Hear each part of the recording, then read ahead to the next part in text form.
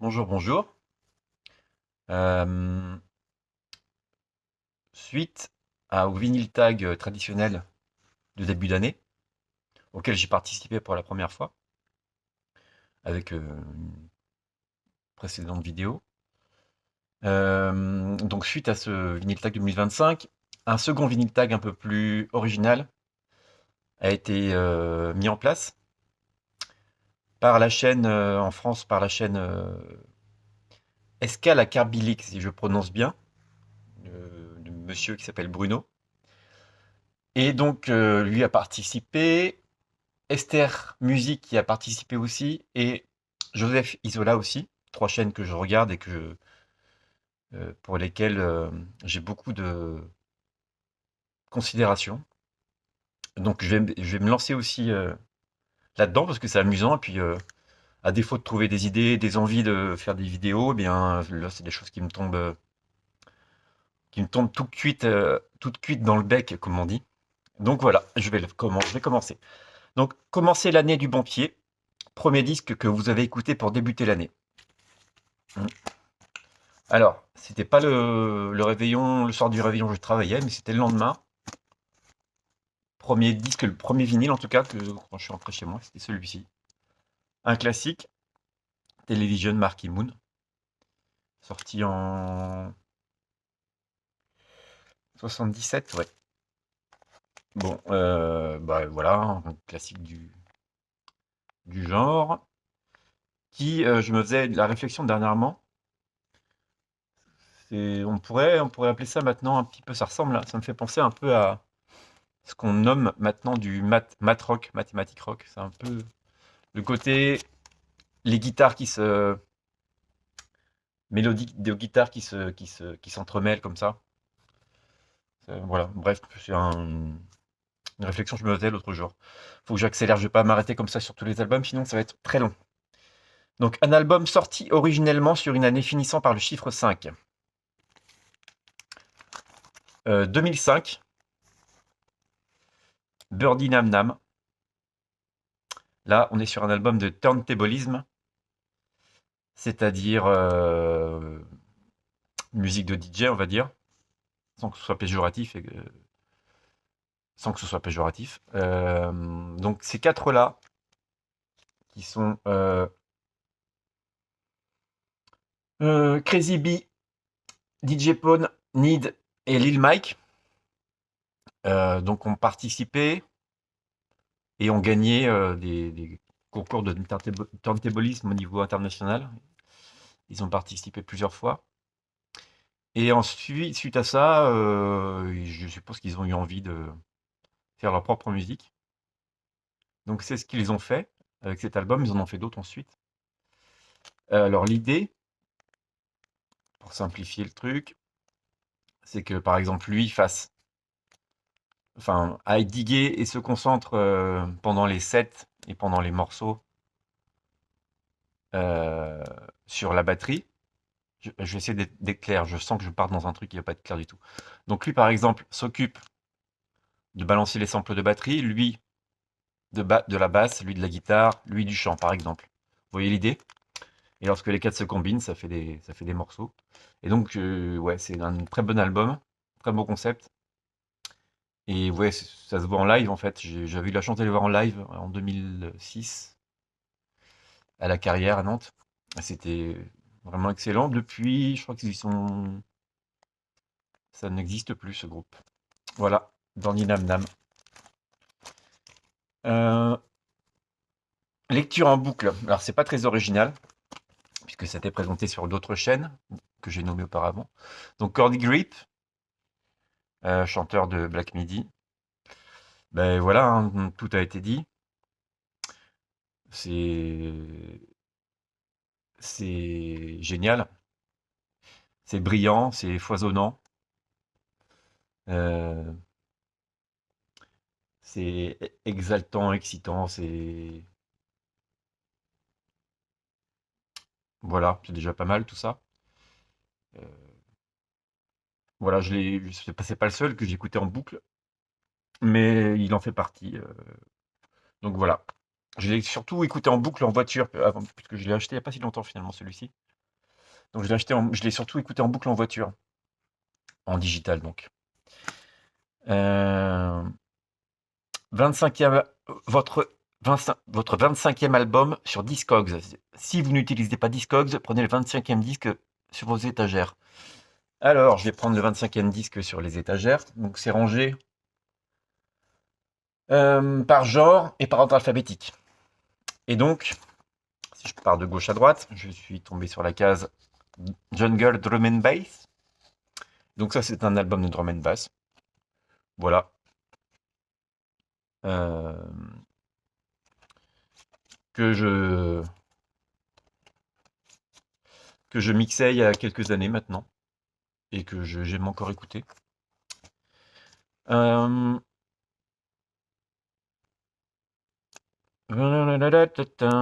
Votre sortie préférée de 2024? Alors j'aurais pu logiquement dire Gordy Grip que je vous ai présenté, mais pour changer un peu, je vais dire Willow Smith. Voilà, cet album Empathogène, il me semble. Empathogène, c'est ça. Alors, je l'ai découverte euh, par ses musiciens, par ses musiciennes en l'occurrence. Elle a fait un Tiny Desk concert, donc sur YouTube, hein, je sais pas, j'imagine que vous savez tout ce que c'est. Et les musiciens, les musiciennes qui l'accompagnaient, donc la bassiste Moini Day, est une bassiste que je suis, elle est absolument monstrueuse. Une bassiste indienne qui est absolument géniale, je suis depuis plusieurs années. Et la batteuse, son surnom c'est The Pocket Queen sur les réseaux, me semble-t-il, une batteuse américaine qui groove énormément. Et donc, grâce à L2, à leur compte, j'ai découvert Willow Smith, que je ne connaissais pas du tout. J'ai appris que c'était la fille de Will Smith. C'est son deuxième ou troisième album, je crois. Et bah, j'ai trouvé ça, j'ai été très très agréablement surpris en fait. C'est très rafraîchissant, c'est pop, jazz, ouais. Très c'est urbain aussi, mélange de tout ça. Ça m'a fait penser à, ça m'a fait penser un peu à ce qu'a pu faire Esperanza Spalding, jazzwoman américaine très brillante aussi. Voilà, au niveau euh, des mélodies de voix, voilà, des mises en place, de la voix en elle-même. Donc voilà, j'ai trouvé ça vraiment, enfin voilà, j'ai beaucoup écouté. Willow Smith. Pardon si c'est pas très clair, hein. Un album violet ou doré. Donc une compilation de DMX, rappeur américain, décidément encore, c'est américain. Donc décédé en 2021, qui a connu son heure de gloire dans les années 90. Bon, c'est du hip-hop assez basique, mais très efficace. Du hip-hop qui fonctionne bien dans les soirées, qui fait danser. Voilà, DMX. Ensuite, un album live enregistré en Californie. Alors, Chick Corea, Herbie Hancock, enregistré à San Francisco. Alors, il me semble qu'il y a plusieurs, donc c'est enregistré sur plusieurs jours. Et il me semble qu'il y a plusieurs albums qui ont résulté de ces plusieurs jours, parce que la tracklist n'est pas la même sur. Enfin, il y en a au moins deux, il y a au moins deux albums qui sont sortis. Sur celle-ci, il y a la tracklist est différente que sur celle qu'on peut trouver sur une autre version, sur un autre disque qu'on peut trouver sur Internet. Euh, voilà. Et donc, bon, voilà, donc piano, duo de piano. Évidemment, vous imaginez bien qu'on ne s'ennuie pas une seule seconde avec ces deux-là qui, à l'époque, pratiquaient plutôt le piano électrique. Et là, pour le coup, là, ils sont revenus au piano acoustique et Ouais, c'est bien, les deux styles se mélangent bien. Le style plus jazz académique enfin, entre guillemets, du Herbie Hancock avec celui un peu plus virevoltant de Chick Corea, ça fonctionne très bien, quoi. Et il y a parfois des passages où rythmiquement ils font des choses assez géniales. Donc voilà, album de 78, je crois, un truc comme ça. Euh, un album avec une personne et une cigarette sur la pochette. Joe Jackson, Body and Soul, album, donc c'est anglais, sorti en 84, je crois. Et ça, c'est un album que j'apprécie de plus en plus en l'écoutant. Il y a une super qualité de son là-dessus. C'est très orchestré, pop jazz, parfois un peu de salsa, beaucoup de cuivre. C'est très classieux. Voilà, très bonne qualité. Joe Jackson. Un album en noir et blanc. On change complètement de style. Bolt Thrower, death metal, avec cet album au nom qui est amusant. In Battle, There Is No Law. Donc c'est leur premier album. Premier album sorti en 88, je crois. Bon, death metal. Une fois qu'on l'a écouté, on sent qu'on vient de se prendre quelque chose sur le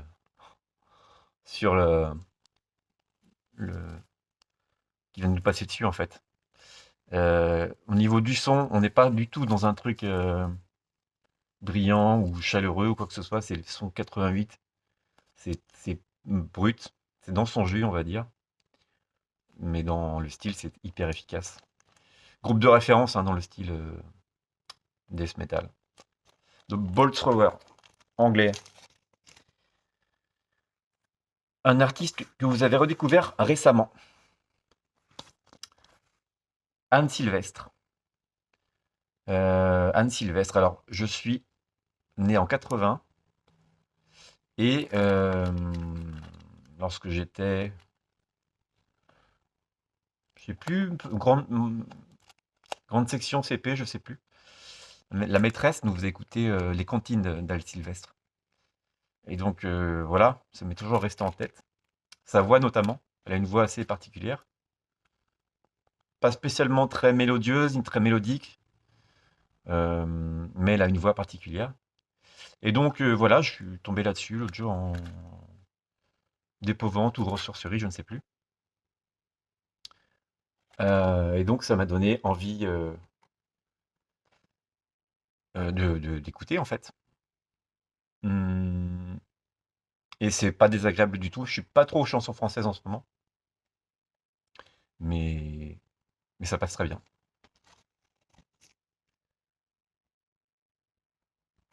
Ensuite,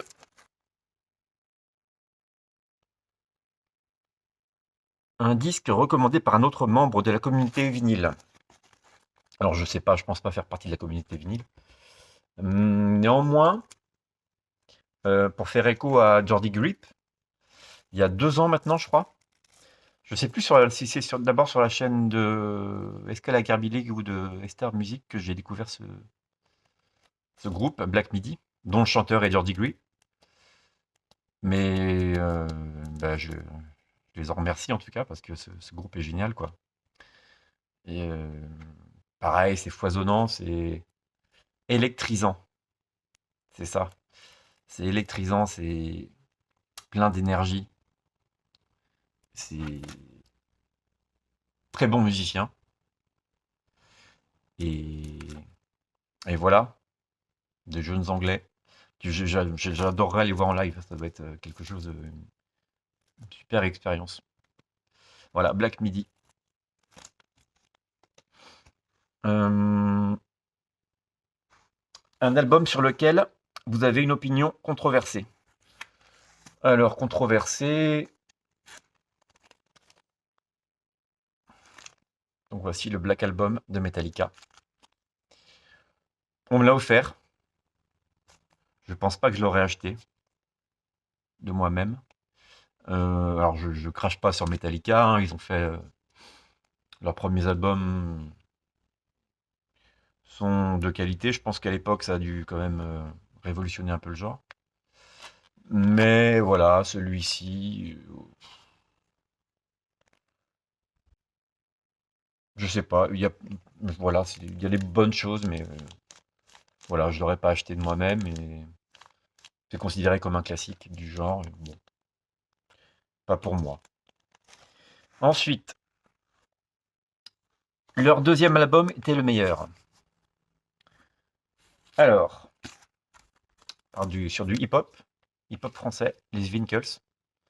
Bon pour l'asile. Alors, c'est leur deuxième donc, sorti en 2000. Ça, c'est l'édition de ouais, 2004, je crois. 2001, je sais plus. Mais c'est surtout.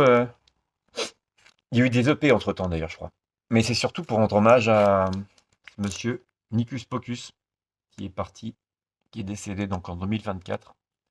Il était encore assez jeune, je crois, à peine dépassé à la cinquantaine, ou peut-être même pas encore. Donc c'est assez triste.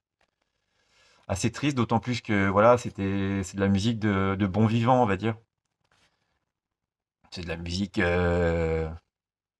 ça parle de faire la fête, de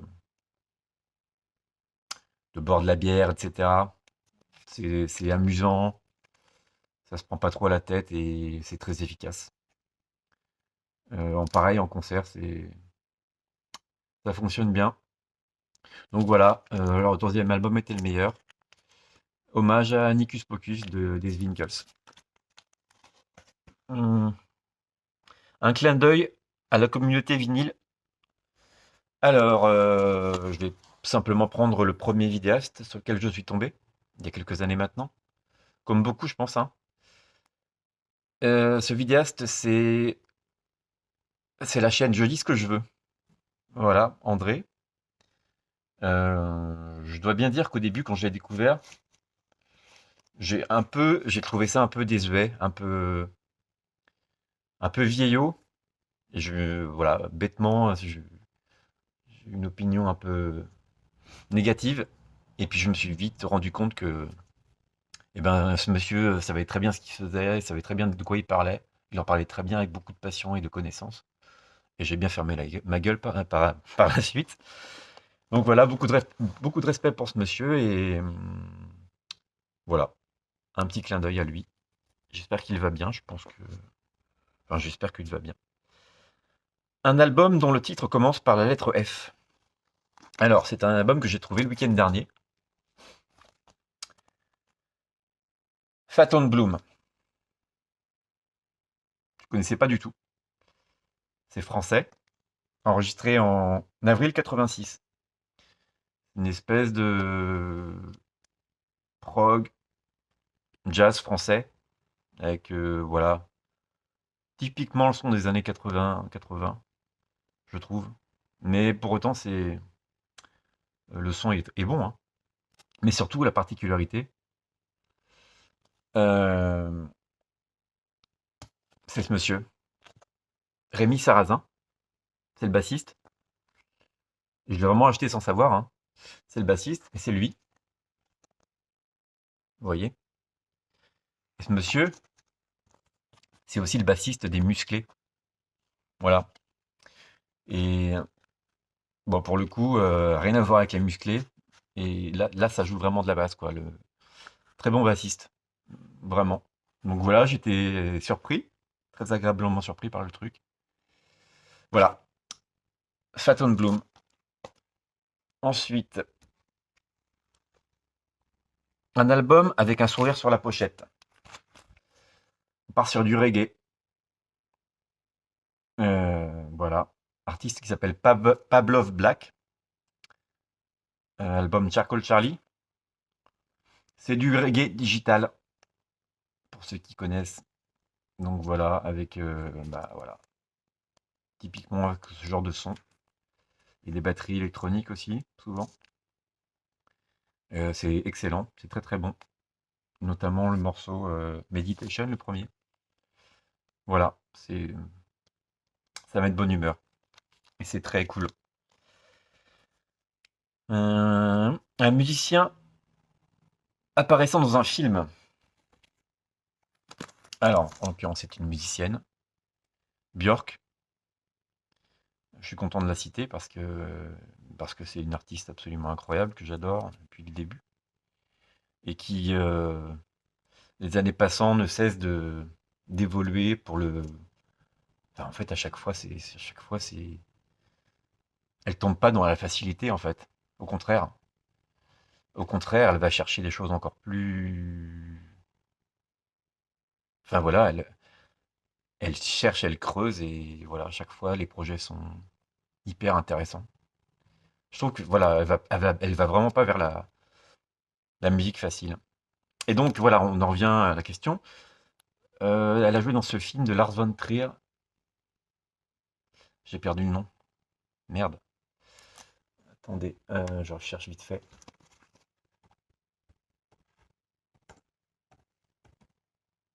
Merde, comment il s'appelle ce film? Que je n'ai pas vu d'ailleurs, je crois. Peut-être pour ça que j'ai oublié.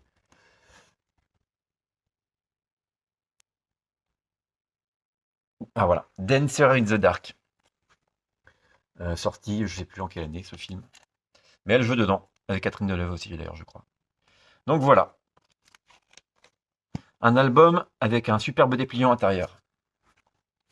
Alors, Jackson and his Computer Band, un artiste français. Un album sorti en 2005 déjà, sur Warp. Un français sur Warp, ça doit pas être si courant. Donc c'est électro. Électro, donc période un peu French touch. A priori, il a des amis, il avait des connaissances dans ce milieu-là, enfin, dans cette sphère-là. Notamment Mister Ozio, hein, Quentin Dupieux, qui participe à cet album. Donc électro, c'est pas mauvais, franchement. Il y a des choses qui sont très bonnes, et puis d'autres un peu plus. Ça tourne un peu plus en rond. Mais bon, malgré tout, il y a de bonnes textures, il y a de bons sons. C'est très travaillé de ce côté-là.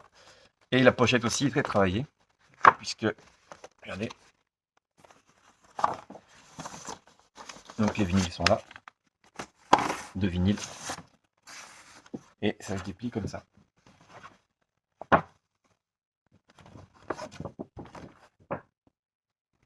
Voilà, c'est plutôt joli.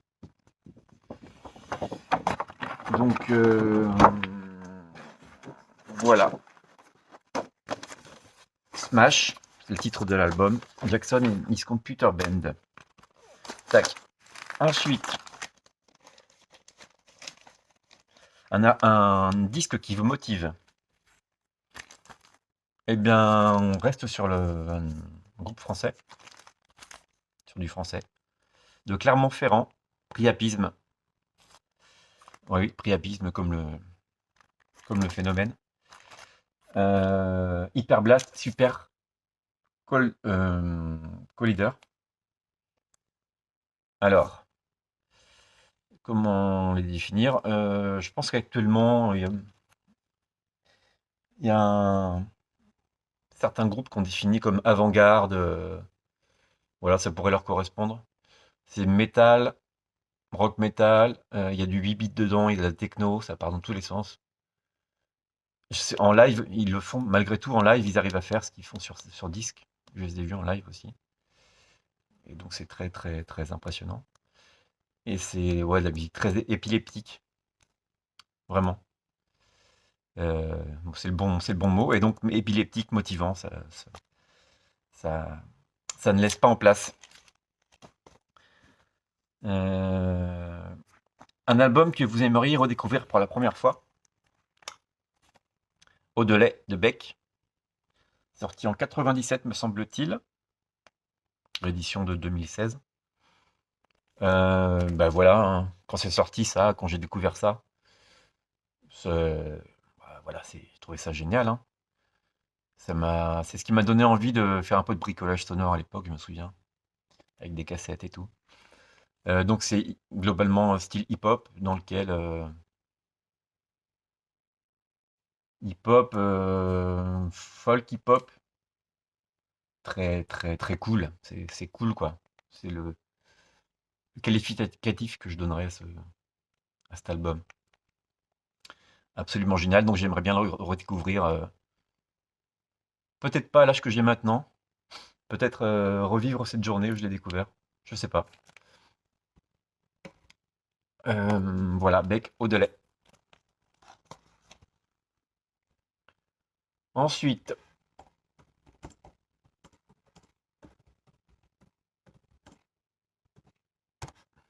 ensuite,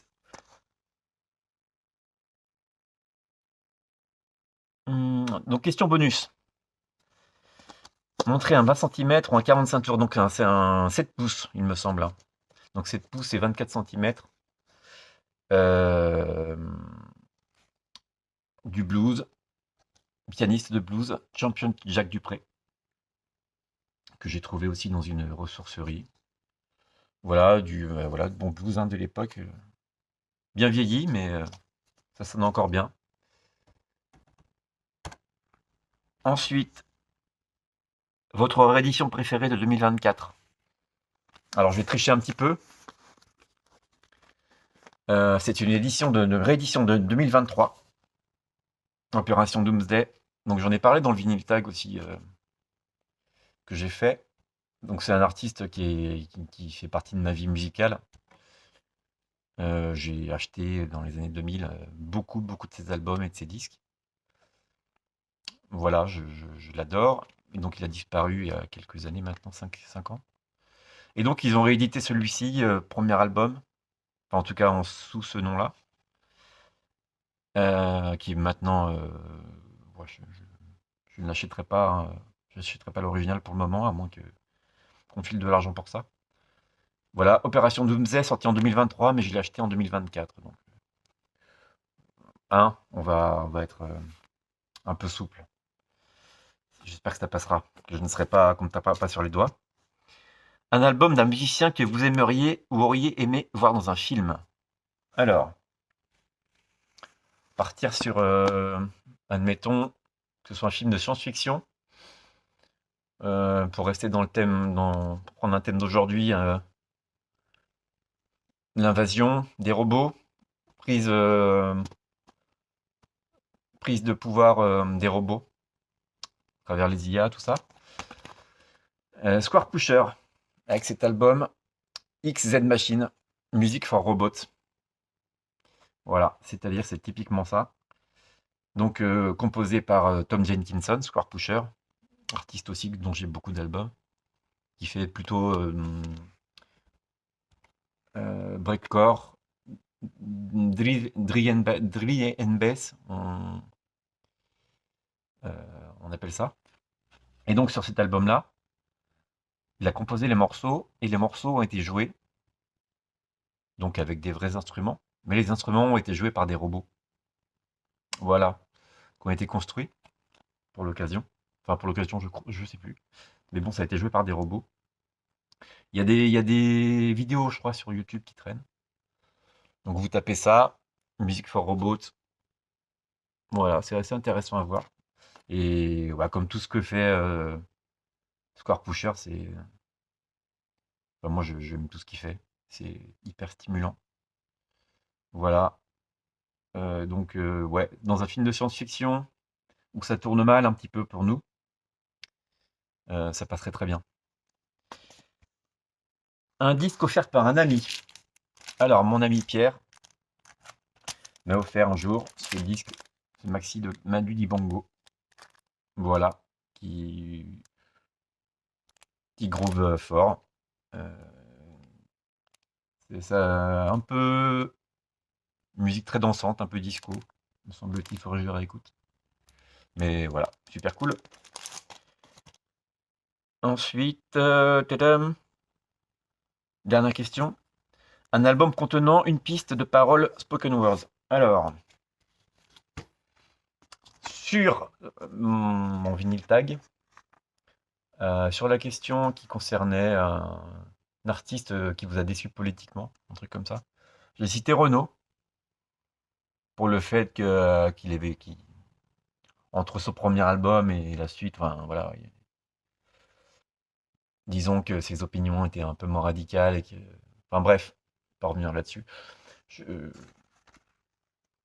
Non pas que j'ai regretté de l'avoir pris comme, pour répondre à cette question-là, mais ouais, peut-être je me suis dit que c'était un peu dur de ma part, même si j'avais bien précisé que je l'adorais, hein, cet artiste, je l'aime beaucoup.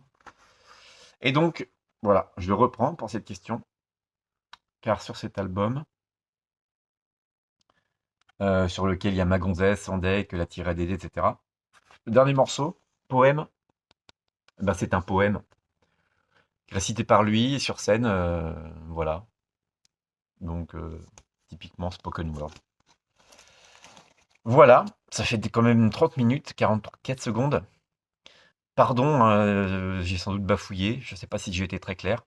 J'ai vraiment pas l'habitude de faire ça. Je ne sais pas si je le referai un jour. Au moins, j'en ai fait 2. Elles resteront peut-être sur YouTube. Je sais même pas si quelqu'un va les voir. En tout cas, à bientôt peut-être.